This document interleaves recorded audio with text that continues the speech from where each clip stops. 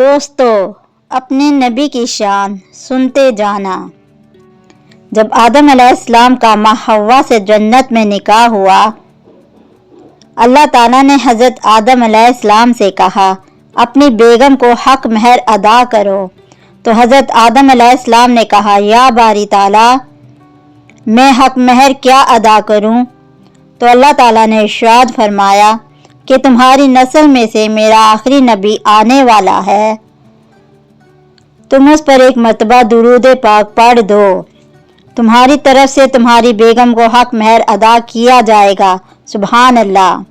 حضرت آدم علیہ السلام بھی پریشان ہو گئے، حیران ہو گئے کہ وہ کون ہے جو میری نسل سے ہے اور مجھے کہا جا رہا ہے اس پر ایک مرتبہ درود پڑھ دو اور یہ تمہاری بیوی کے لیے حق مہر ہوگا۔ تو دوستو، اللہ تعالیٰ کا ہم پر احسان ہے کہ ہم اپنے پیارے نبی کے امتی ہیں۔